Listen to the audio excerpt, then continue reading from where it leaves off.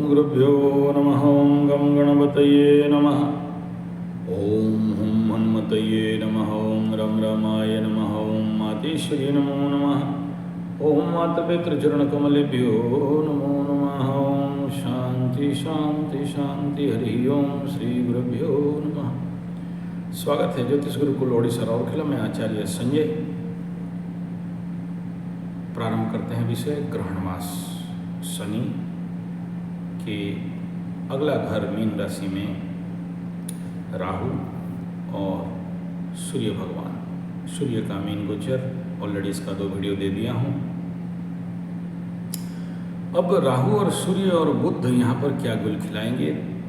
ग्रह त्रिकूट त्रिग्रही योग, और इधर पीछे शुक्र मंगल शनि, 3 ग्रह एक घर में। सूर्य भगवान मीन राशि में जब जाते हैं तो बहुत सारे पानी का कलेक्शन करते हैं, और फिर जब आद्रा में पार करते हैं तो बारिश देना चालू करते हैं। यानी मीन राशि से लेके वृष और जमीनाई मिथुन तक पानी नहीं है। जो पानी लेना है यहीं से पानी लेते हैं, लेकिन अब कहाँ से लेंगे। राहु बैठा है, लेंगे थोड़ा बहुत, ज़्यादा नहीं, तो नेचुरली अगला बारिश बहुत बढ़िया होगा, ये संभावना थोड़ा सा कम है। तो ये एक दिक्कत वाली बात है जरूर। तो एक एग्रीकल्चर सेक्टर इफेक्ट दिखाई दे रहा है। आप बोलोगे मेष में तो राहु के साथ थे, अग्नि में थे, प्रॉब्लम नहीं था, भूमि तत्व में थे, फिर वृष में उच्च का राहु था, लेकिन यहाँ पानी में राहु, तो स्वाभाविक बात है आने वाला बारिश में इसका इफेक्ट दिखाई देगा। और ग्रहण महीना है तो अभी आप देखते होंगे कहीं बारिश, कहीं पर और कुछ। स्वाभाविक बात है। इस चिंतन से ज़्यादा चिंतनीय विषय ये है, क्योंकि लास्ट ईयर जब कुंभ राशि में शनि बाबा आए थे, ढेर सारे पेड़ पौधे टूटा, बहुत ज़्यादा हवा, धोखा, पवन, बवंडर, टॉर्नेडो सब आया, लेकिन उस समय शनि बाबा पावर में कम थे, फिर से रिवर्स जाना पड़ा। लेकिन उतने में भी जितने क्षय किए हैं, जो आप लोग देखे होंगे, तो कितने सारे हवा, धोखा, पानी, पवन बढ़ा। तो इस महीना, मई के महीना से ये सब नौटंकी आपको ज़्यादा देखने में आएगा। मई जून में बहुत सारे पेड़ टूटेंगे, बहुत सारे पेड़ गिरेंगे, उखड़ेंगे, हवा का बवंडर बनेगा। तो इट इज़ नॉट गुड, बहुत सारे नुकसान दिखाई दे रहे हैं। तो ये जो ग्रहण है, और इस समय शनि के 7.5 के पीरियड में मकर राशि, कुंभ राशि और मीन राशि, तीनों को कह रहा हूँ, कोई एक ना समझे। और ज़्यादातर किसी के साथ मुझे बहुत ज़्यादा मतलब ये ना समझें कि केवल मकर के लिए बोल रहा हूँ। 7.5 है, कॉमन इफेक्ट सबके ऊपर होता है। और उस समय ये ग्रहण और इसका दुष्प्रभाव और सुप्रभाव दोनों आएंगे। मेरे प्यारे मकर, आप लोग याद करो, अगर संभव है तो 2016-17, जिस समय मकर राशि के ऊपर केतु और सूर्य और चंद्रमा एक्सिस में ग्रहण लगा था, कितना भयंकर और कितना टेंशनियस टाइम पीरियड था वो। जिसको याद है उसे याद होगा, क्योंकि मैं बहुत माइक्रो लेवल पे रिसर्च करते रहता हूँ, देखते रहता हूँ, लोगों का इम्पैक्ट इफेक्ट को पढ़ते रहता हूँ, तो मैं ज़्यादा जानता हूँ। शायद इस प्रकार कोई और ज्योतिषी करते होंगे, नहीं करते होंगे, मुझे नहीं पता, लेकिन इस प्रकार के जो ह्यूमन इम्पैक्ट के ऊपर जो बोलने वाले व्यक्ति विशेष हैं, मेरे जितने रिपोर्ट है, मेरे से जो भी मेरे स्टूडेंट्स हैं, या मेरे जो भी फॉलोअर्स हैं, या मेरे जो भी स्टाफ है, उनके रिपोर्ट के अनुसार कहीं मिलता नहीं है, किसी और चैनल में नहीं मिलता है। तो मैं याद करा देना चाहता हूँ कि मकर राशि वालों का उस समय रात को जब ग्रहण लगा था, 3.5-4 घंटे का ग्रहण लगा था, मैं उस समय खुद यज्ञ में बैठा हुआ था, और उस यज्ञ में सुबह 2 बजे से यज्ञ का व्यवस्था कर रहा था, और मैं देख रहा था मकर राशि के लोगों का हालत क्या था। बड़ा विकटाल और बड़ा भयंकर। इस बार मीन राशि वाले बहुत किस्मत वाले हैं कि इनके ऊपर ग्रहण का इम्पैक्ट एटलीस्ट इंडिया में नहीं है। लेकिन ये ना सोचें कि ग्रहण का इफेक्ट आपके ऊपर नहीं पड़ेगा उस प्रकार का नहीं। अगर इंडिया में इसका दृश्य होता, भारत में इसका दृश्य होता तो कुछ ज़्यादा पड़ता। मैं उस समय याद करा दूँ, जो लोग मकर वाले होंगे और ग्रहण का होगा तो कई सारे मकर राशि वाले रात को कुछ ऐसे दुस्संवाद या सुसंवाद के लिए कई किलोमीटर का कवर अप कर रहे थे, चल रहे थे, गाड़ी में जा रहे थे, ग्रहण चल रहा था। प्रचंड मानसिक तनाव और किसी का मान सम्मान का हानि, ब्लैकमेलिंग का शिकार, बाध्य और जबरदस्त जो चीज़ नहीं करना चाहिए था वो कर रहे थे। नहीं चाहते हुए भी कुछ ऐसे घटनाओं को अंजाम दे रहे थे जो उनके समझ से परे था। उनके मन, बुद्धि, विवेक सब कुछ डैमेज हो चुका था। क्या करना चाहिए वो क्या नहीं करना चाहिए इसके समझ उनके पास उस समय नहीं था, बस करते जा रहे थे। नेचुरली बेहोशी था जिसके लिए उनको समझ में नहीं आ रहा था। और हो सकता है अभी आप लोगों को शायद याद भी नहीं होगा। किसी को कम हुआ होगा, किसी को ज़्यादा हुआ होगा, कोई कम डिस्टेंस जर्नी किया होगा, कोई बहुत दूर। मैक्सिमम एक रात में 550 किलोमीटर का जर्नी करना पड़ा मकर राशि वालों को, कुछ को, और वो भी कोई अच्छे काम के लिए नहीं। किसी को स्मशान घाट जाना पड़ रहा था और उस ग्रहण के दौरान मृत्यु का संख्या भी कुछ बहुत ज़्यादा था। और कुछ लोग उस ग्रहण के समय, क्योंकि हम लोग श्मशान साधना, श्मशान में जिस प्रकार का, तो वो सब बात बोलना नहीं है, समझ जाइए जो बोलना चाहता हूँ। श्मशान में यज्ञ रात को, और श्मशान में लाइन लगे थे, और बाप रे क्या बताऊं वो रात का। तो कुछ ऐसे ही काली घनेरी रात मीन राशि की जिंदगी में कुछ लोगों को देखने का पड़ सकता है। सबको नहीं पड़ेगा, डोंट वरी।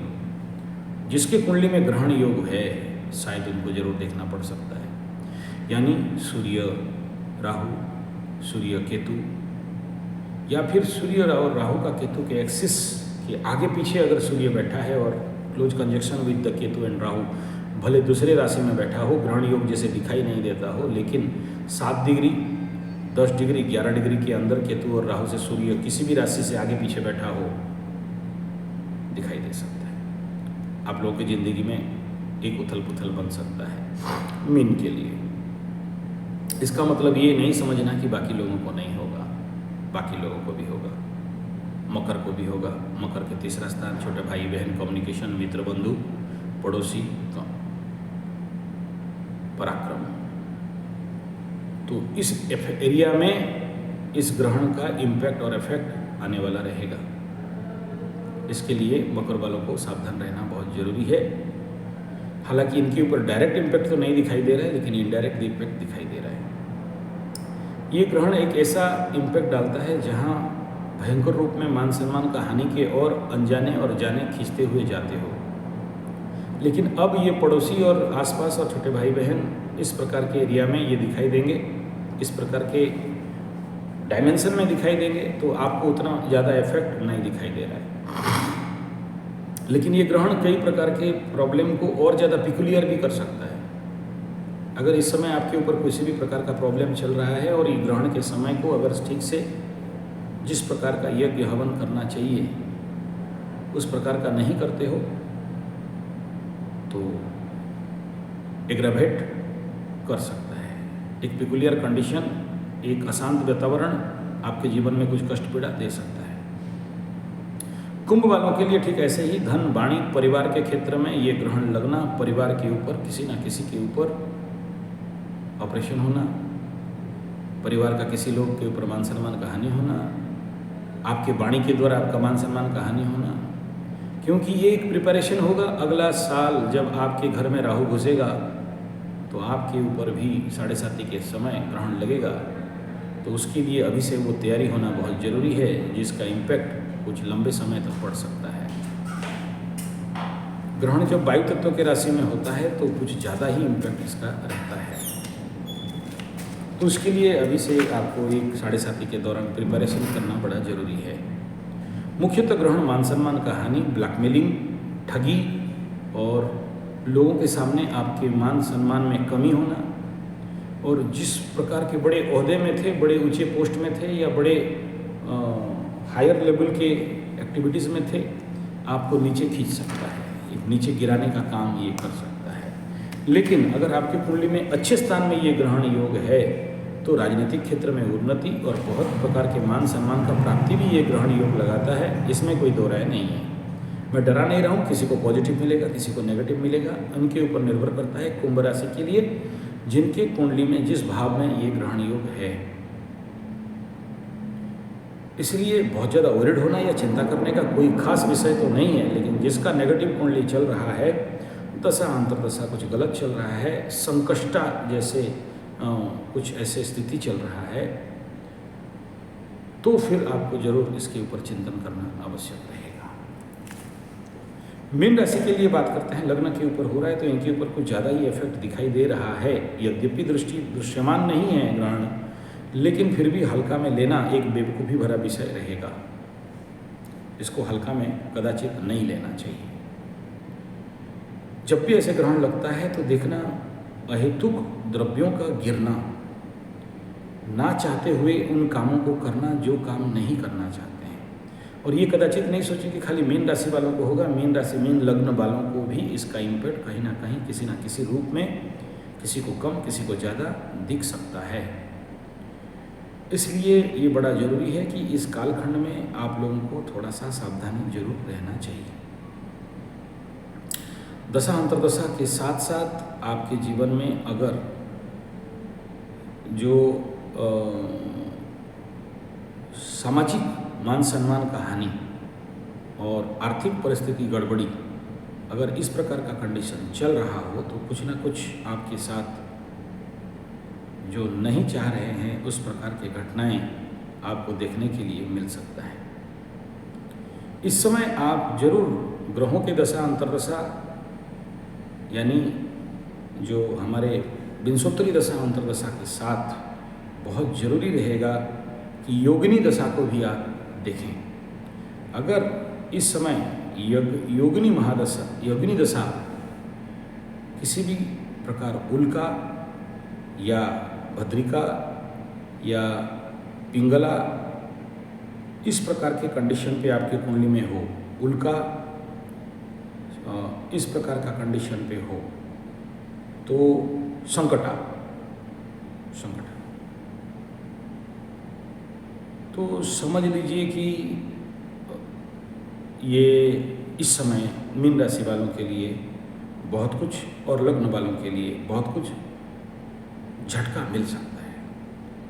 कुछ चीज़ जैसे बहुमूल्यवान द्रव्य हाथ से गिर जाए, टूट जाए, नष्ट द्रव्य चोरी हो जाए, गिर जाए, कोई मारे पीटे, मार खाने का बड़ा योग रहता है। इस समय सोचो राहु वहाँ बैठा है और आपकी जन्म कुंडली में मंगल है, लिख लो, भले प्यार से खाओ चाहे खींच के खाओ, लेकिन खाना पड़ सकता है, किसी को डंडा भी मिल सकता है।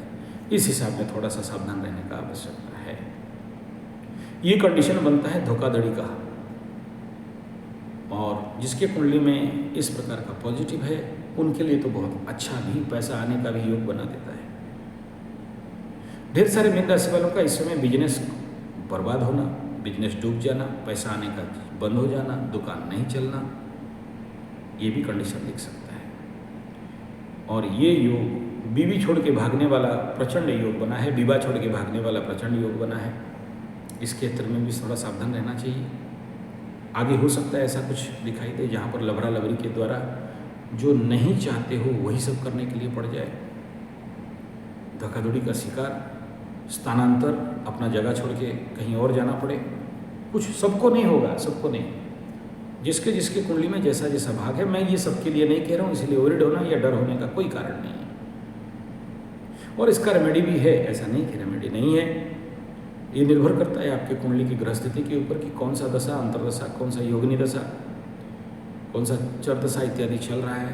इन सबको देखते हुए प्लस इस मीन राशि में आप लोगों का अष्टक वर्ग, भिन्नाष्टक और षडबल में पावर क्या है, नंबर क्या है, इन सारे विषय बिंदु को ध्यान देना मद्देनजर रखते हुए ही इसका विचार किया जा सकता है।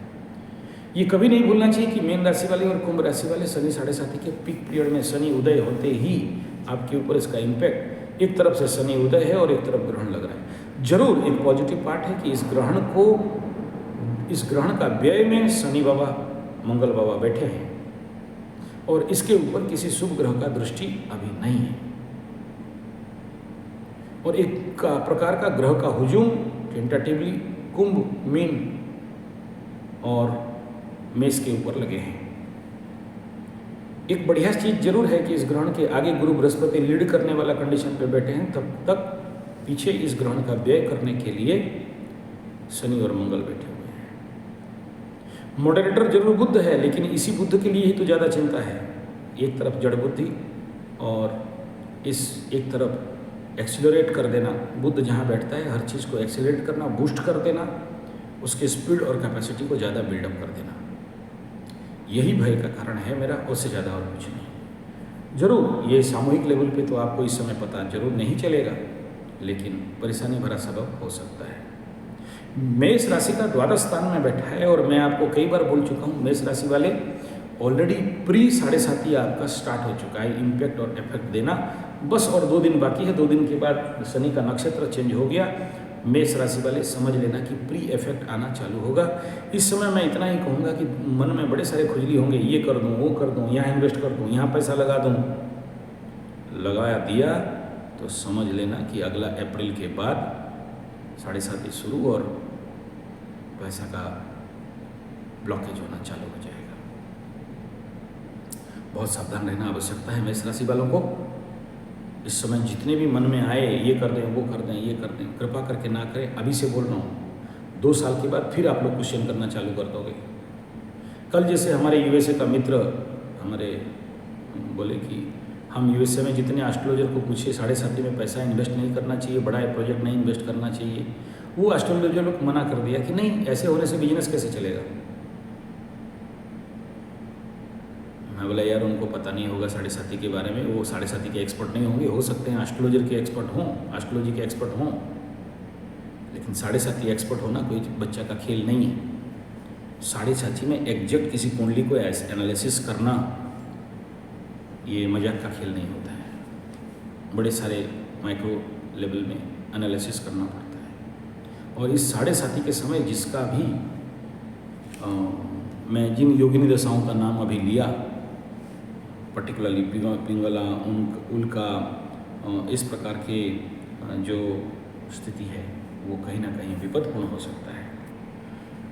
सो ये मेष राशि वालों के लिए जरूर चिंतनीय विषय है, क्योंकि इस समय आपके खर्चा, कोर्ट कचहरी माली मुकदमा रीएक्टिव कर सकता है।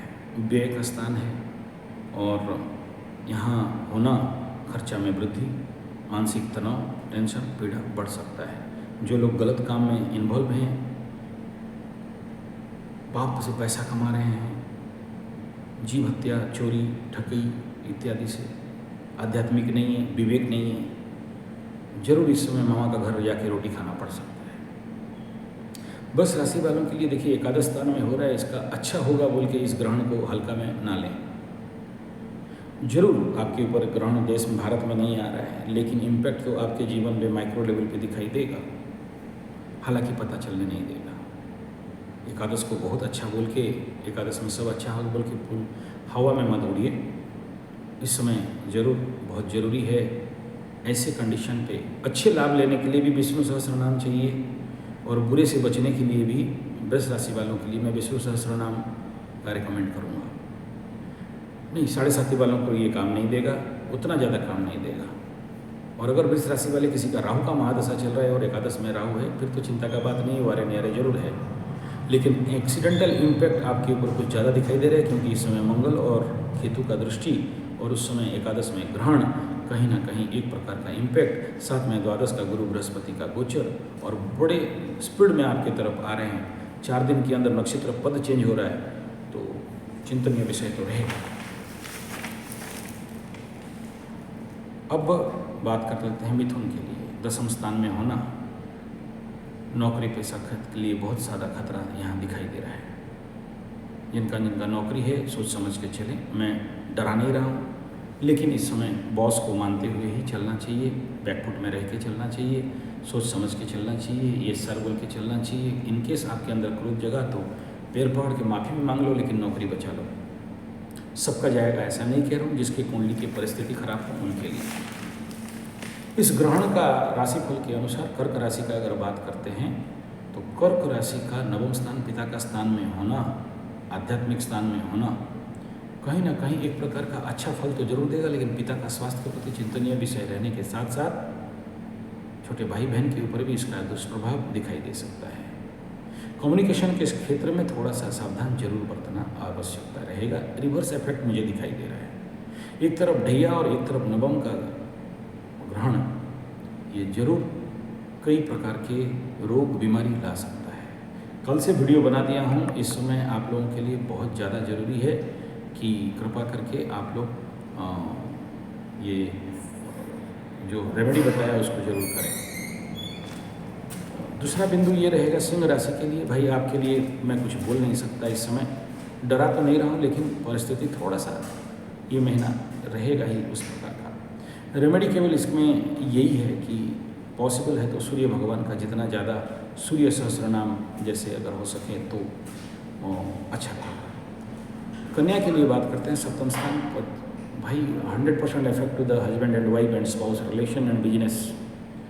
तो इस ग्रहण में थोड़ा उथल पुथल जरूर दिखाई देगा। अच्छा भी है, बुरा नहीं है, अच्छा भी है, लेकिन उस अच्छा का बोलना क्या मतलब है जब बुरा ज़्यादा हो रहा है तो। और आपके लिए यहाँ पर ज़्यादातर इस समय का अगर हम बात करें तो बेहतर है कि कटहल का लकड़ी में यज्ञ करना, राहु का शांति कराना, ताकि आपको अच्छा फल मिले। राहु केतु एक्सिस के लिए इस समय एक अच्छा योग है कि कटहल के लकड़ी में यज्ञ कराया जा सकता है और विष्णु भगवान का। तुला के लिए चिंता का विषय कोई खास विषय नहीं है, छठा स्थान में हो रहा है। बहुत सारे रोग रिपूर्ण दूर होंगे, बहुत सारे पुराने समस्याएं दूर होंगे, बहुत सारे कोर्ट कचहरी माली मुकदमा शत्रु विजय का दिखाई दे रहा है।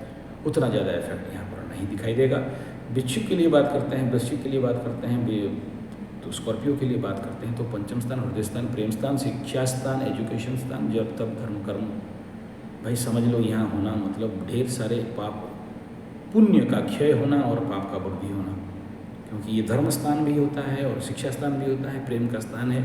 लबरा लबरे से सोच समझ के बात करना चाहिए, थोड़ा सा संभल के चलना चाहिए।